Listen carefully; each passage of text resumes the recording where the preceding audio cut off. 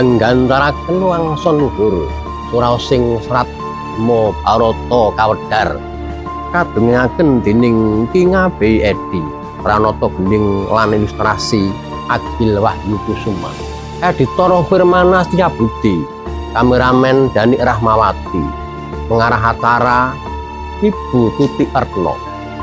Sugeng midhangetaken tuwin ambriksan.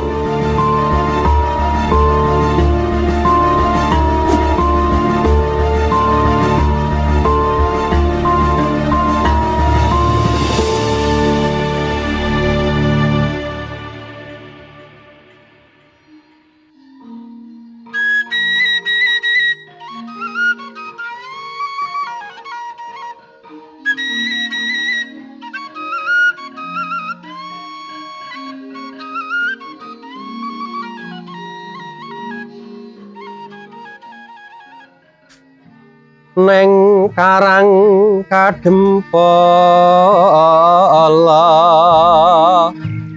ledan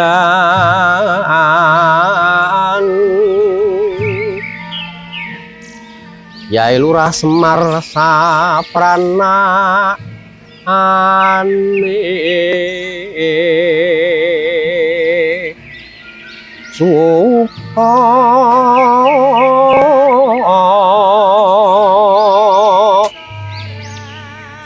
angun duwi woh-woh ane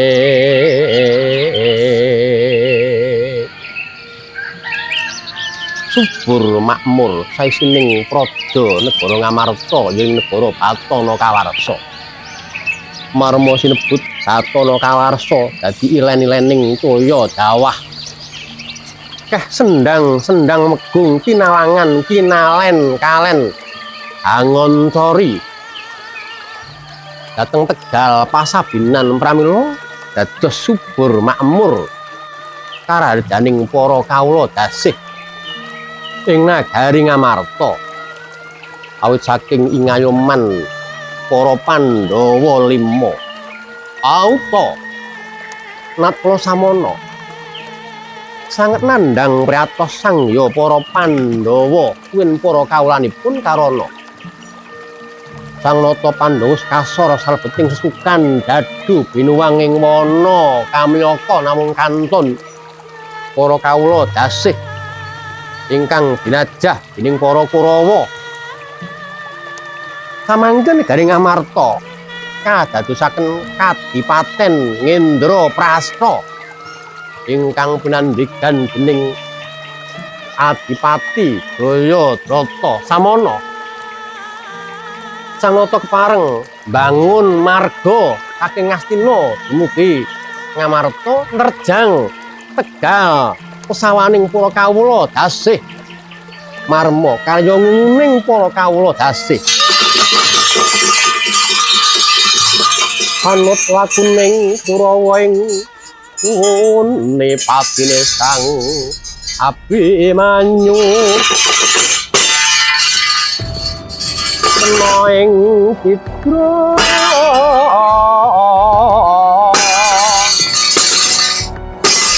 tantya risang satyaki matek mangun sanjata karosa mentang langkap. Para kawula lerena dhisik anggenmu nyambut gawe para kawula. Nuwun inggih Gusti, katingal ngagem busana keprajan. Paduka menika sinten Gusti? Semak kathok mripat tadhok ora ndedelok, ora ngerti apa piye. Saka embleme iki rak wis ketok to. Iki bangsaning patih. Patih Bono Keling ngrangkep negara Ngamarta, Patih Basma Gatra jenengku. Oh, Gusti Patih Basma Gatra inggih ngaturi kasugengan Gusti dipun tepangaken kemawon. Kula pun lurah ing dusun mriki, kula pun lurah Dukut Gusti. Kowe lurah Dukut. Aku cah nom-noman ganteng yang menterang mripate. Lerak-lerok wis apa? Ih, Gusti. Kula pun Jaka Kawung. Pokoke lambine abang demang apa piye kae?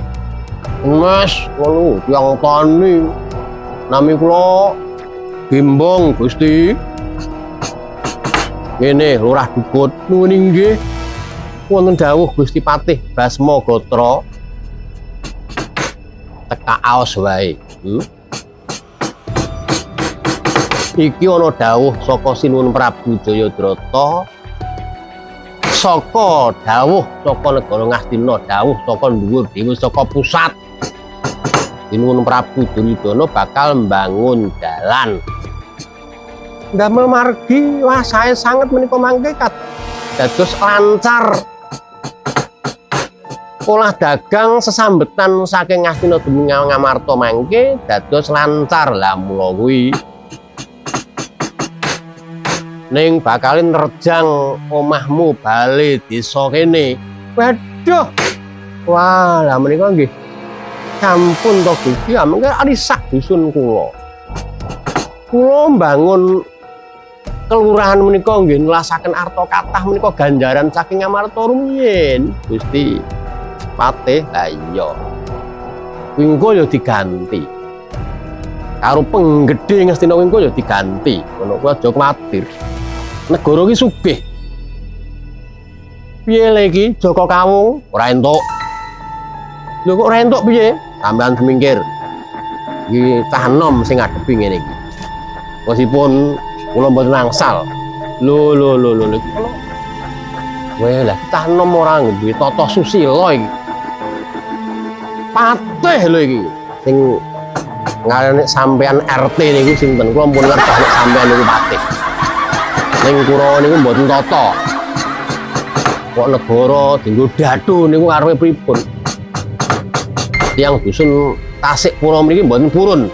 Dikekne Kurawa, jajah Kurawa mboten purun. Lho. Iki nek ana wong ngeyel biayi wingi sore kok. Kowe iki ngopo to, Le? Kowe iki ngopo? Elinga kowe iki sih bocah durung ngilang pupuk lempuyang. Ora usah kakandel kete. Rakyat ki manuta wae. Manuta. Mengko ora kepenak. Waduh, mati aku kowe. Wani bocah. Muni meneh. Waduh. Bener. Ayo. Wong kita Tasik. Pondoro-ndoro kepuki wae ayo. Waduh, mati aku. Aku cocok aku nek nganggo prosedur wis ora entuk ngebuki Patih iki. Ayo. Di Patih Basma Gatra karo wong Ngastina, Pak. Sasake iki karo Gimbong iki lho. Wah. Waduh yo.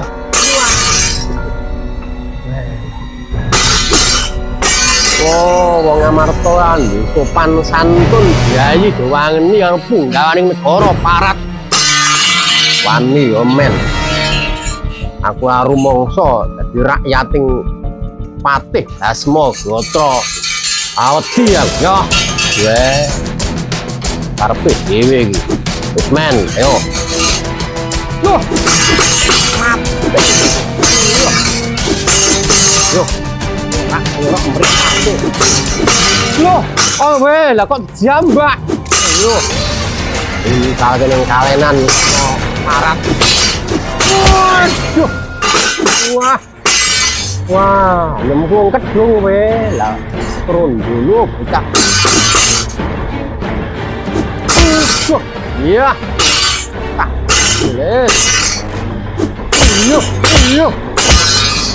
Ini kok matinya ranjama. Yo. Loh.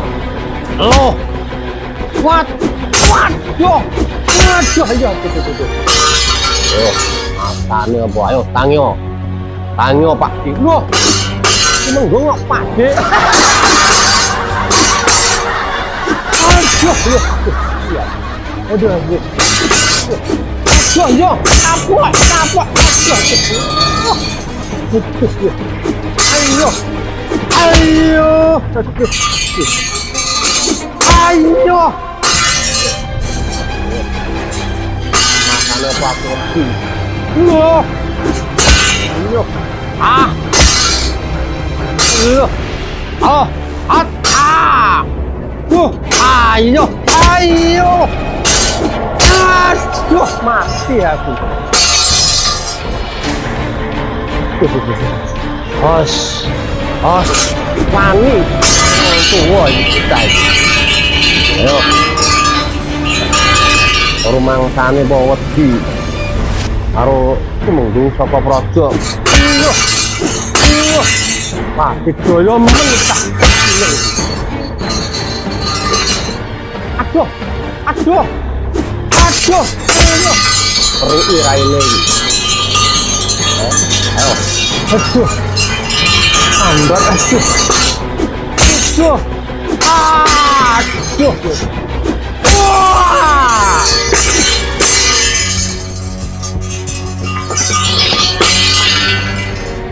Ayo. Ora usah, Dok. Wedi. Lah. Dene jangan do maju. Iki lho Patih Basmagatra. Wah. Nganggo klambi abang maju. Adake kok. Ayo maju. Wah. Iya.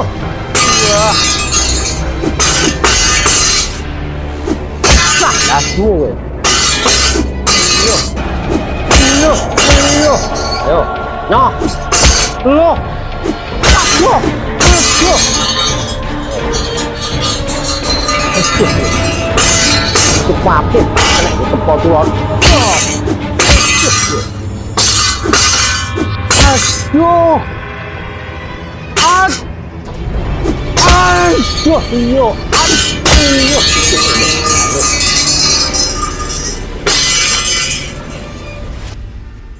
Terpantoko walungsungan Dewang korot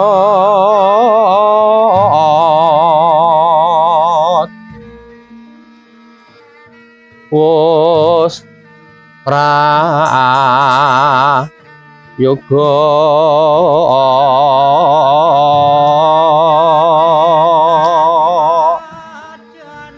nggih wos prayoga yen panggiya padha sukma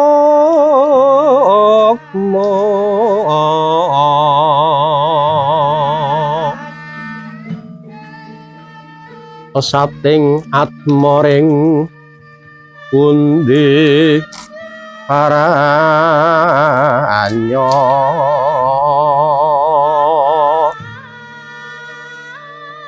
sating kang atmoring pundi paranyo kebo bangka kok sunyo sapi rowo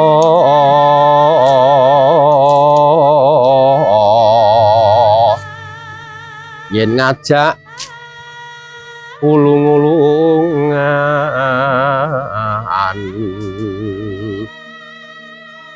utawa buron arum kinunjara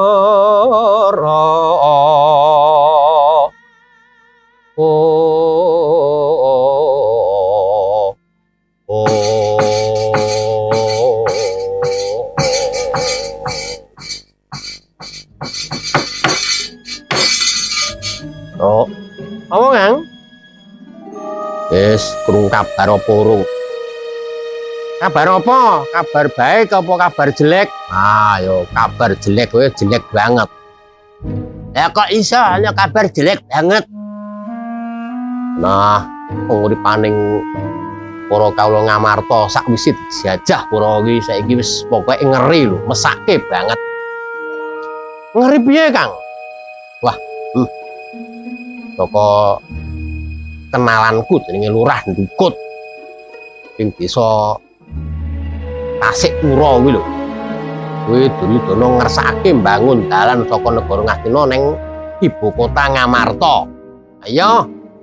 Wong jenenge wong kuwasa kok, Kang. Ning kuwi nerak sawah karo bali desa Tasikpura kono. Di dalan kuwi kudu kenceng bakal diaspal, dijembarke ning nerak omahe wong kampung-kampung. Nek perkara nerak kuwi jane ya ora masalah to, Mas. Ning lak mestine koma-komane pemimpin kuwi ya diwenehi ganti untung aja ganti rugi wis ora jamane kuwi. Mesake para kawula dasik utawa direlokasi, ditransmigrasikan kaya jaman biyen ngono kae marang nggon sing luwih becik. Nek ngono kuwi apik, ngomongi sing ora apik kok. Wong Patih Basmagatra, Patih Ngamarta kuwi mau kawula iki ora diwenehi padane kok ganti untung, ganti rugi wae ora. Aduh, nek ngono kuwi ya remuk nek carane. Mongko yen konsep kenegaraan sing duwe negara ki mau dudu ratu, dudu panguwasa, dudu bupati, dudu camat, dudu dono. Ning sing duwe negara ki mau rakyat cilik. Oh. Dudu bangsane ratu, dudu bangsane pemimpin. Ah, kuwi mung kandhek ana konsep. Nyatane rumangsaku kawula ki mung kaya pawakan serandal. Lah kok apik men iki? Kawula kok pawakan serandal iki piye to? Ah iya. Serandal iki mau rak tansah dienggo karo sing duwe. Saya manggon ning papan-papan sing jemek, papan-papan sing reget, ana pawuan iku mesti nganggo serandal japit. Ning nek tekan pendopo serandal japit mesti dimuncalne kuwi persis para kawula. Yen ana apa-apa kawula didhawuhi kon titulasan kon kerja bakti, gugur gunung. Nandur pepohonan rakyat sing didhawuhi. Ning iku yen ana penake sing entuk jeneng iki mau para pemimpin. Mundak pangkate, mundak belanjane kuwi sing entuke para pemimpin nek Gareng Petruk karo Bagong sakjeke ya mung ngene iki wae. Nek aku ora milik dadi pemimpin nak Kang Gareng. Alah tenane. Nyatane sapa-sapa ya do pengin memimpin kayak artis-artis kayak bareng rapati payu. Tuwa ya dadi wakil rakyat. Ya ning sebabe sing kuwasa ning alam donya iku mau nek aku dudu rakyat, dudu ratu, ning sing paling kuwasa iku mau tukang batu. Nek rantel neh dudu Bagong. Tenan sing kuwasa ki janjane tukang batu.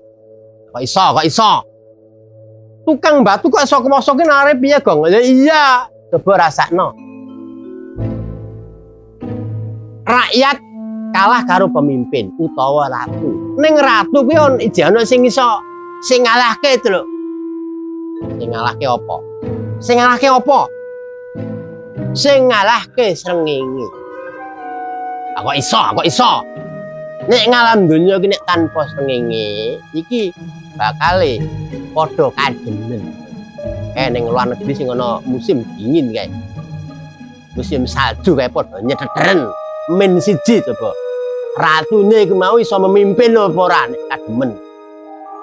Sing penting dhewe sing kuwasa dhewe mau srengenge. Ora iso. Srengenge iki ana sing iso ngalahke. Sing ngalahke apa? Sing ngalahke udan. Nyatane yen ana udan srengenge iki mau ora ketok. Ah, ya apa ora? Iya ya. Iku ya logis uga.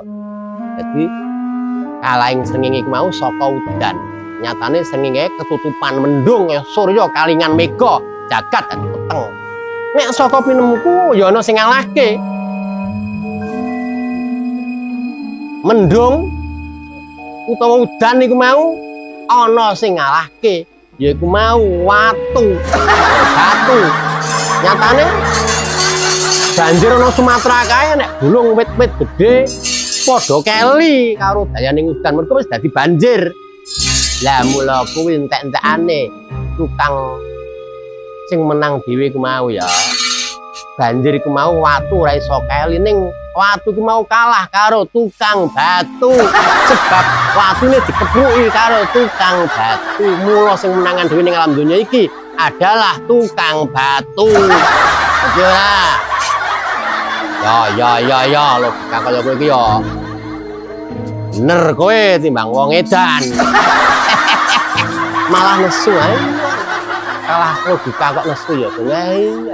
Saiki iki sing menang iki mau sing ilmiah, sing logikane apik. Rumangsamu kuwi terus logis ngono kuwi wong pokul. Ayo men pokul ya. Awake dhewe rak ngomong bendoro iki.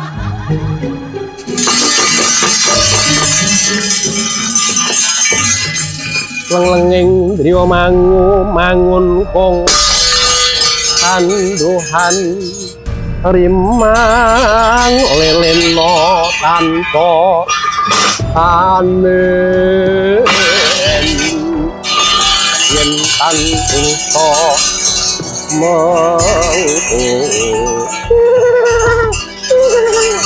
mangku pangjah utama kang nata muda usih anggrarapa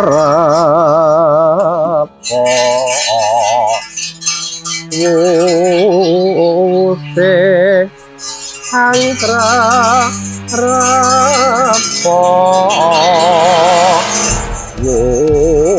usih anggrarapa jagat yo Bathara wasisaning Bathara jagat yo jagat mangastungka. Pantali apa kowe pangkling karo aku Rupati? Iya noteng sindu babar pisan aku ora pangkling lawan sira. Sira iku noteng sindu isih ipening para Pandhawa. Sebab iku mau garwane Yayi Dusalah Yudha Silawati kapernah ipe kelawan para Pandhawa ya Jayadrata. Nanging teka kene iki ora ngrembug perkara ipe utawa ora. Rupati terus karepmu apa? Kowe mapan ing alas Kamyapa aku tak takon iki budumu ana ngendi? Puntadewa ana ngendi? Tobat kowe njangkar kelawan sinuwun Prabu Puntadewa Jayadrata. Ya men. Puntadewa wis dudu ratu. Puntadewa isih dedering ratu kang lagi nglakoni Wanaprastha Jayadrata. Ya sinuwun lagi nindakake matirta adus saliring banyu ya Jayadrata kadherekake adi-adine para Pandhawa. Larang ora usah kenteng atimu, ora usah gedang atimu wong kandhan. Aku wis duwe negara kathah loro. Siji Mbana Keling tinggalane bapakku Prabu Sempani angka loro. Ratu negara Ngamarta ki ya Jayadrata iki. Mula ayo tak jak mukti, ayo tak tulik tak gawa bali Ngamarta. Ora usah ngerkoso melu bojomu Punta ngono tengah alas. Ayo. Dadi garwane Prabu Jayadrata. Wes. Tanganmu nyampluk tusukku wis malane ngarep parat kowe Jayadrata. Rumangsamu aku wanita lelemeran kowe arep gonjak Drupadi. Wah, ora usah kakean ucap ayo. Aja ya Jayadrata. Aja piye. Waduh. Wah.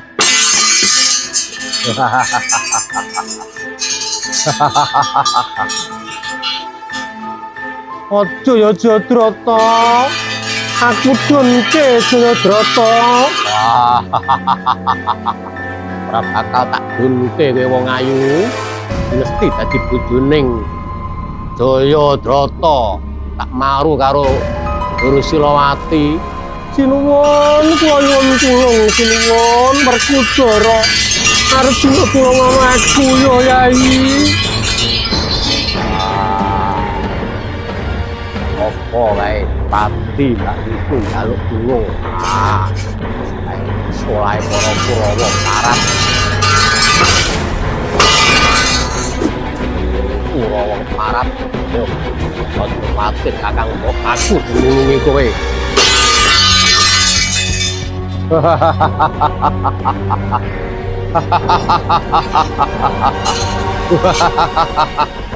Ayo Manuta Drupadi, Manuta tak boyong. Tak boyong negara Ngamarta wong ayu. Ayo jaran. Waduh mati.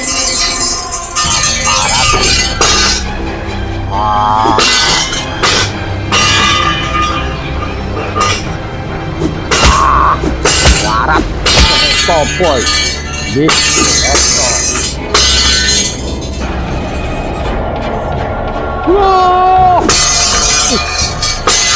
Wah. Ujang toko kereta marat sopo iki?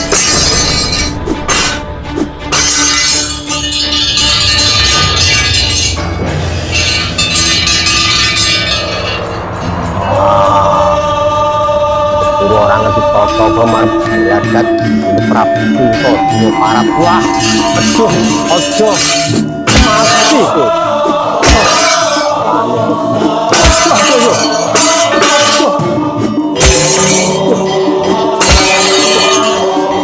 kapok Kakang Bima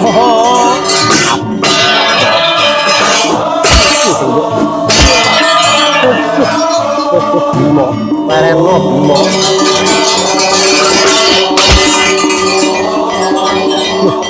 kapok Kakang, aku kapok Kakang Werkudara. Kapok apa? Entuk-entukane wong tenanangan wani bradat Kakang Mbok Drupadi. Apa demeh pendho dadi wong buangan ora wani karo dapurmu. Barep apa Yai? Iki piye? Hukume apa si Jayadrata wani bradat Kakang Mbok Drupadi? Yai aja mbok kulasara. Mesakake kuwi bojone kadangmu si Guru Silawati. Tak patenane. Aja ya Bima, kowe entuk hukum nanging aja mateni Jayadrata. Mesakake yen ngono rasakno tak cukur rambutmu, tak gundul aduh sampun aja Kakang, aja tak pelintas rambut, aduh lontos sirahku, aduh kapok Kakang Bima.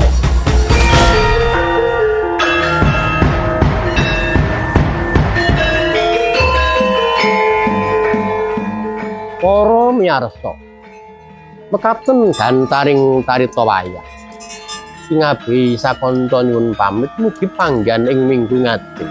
Nuwun.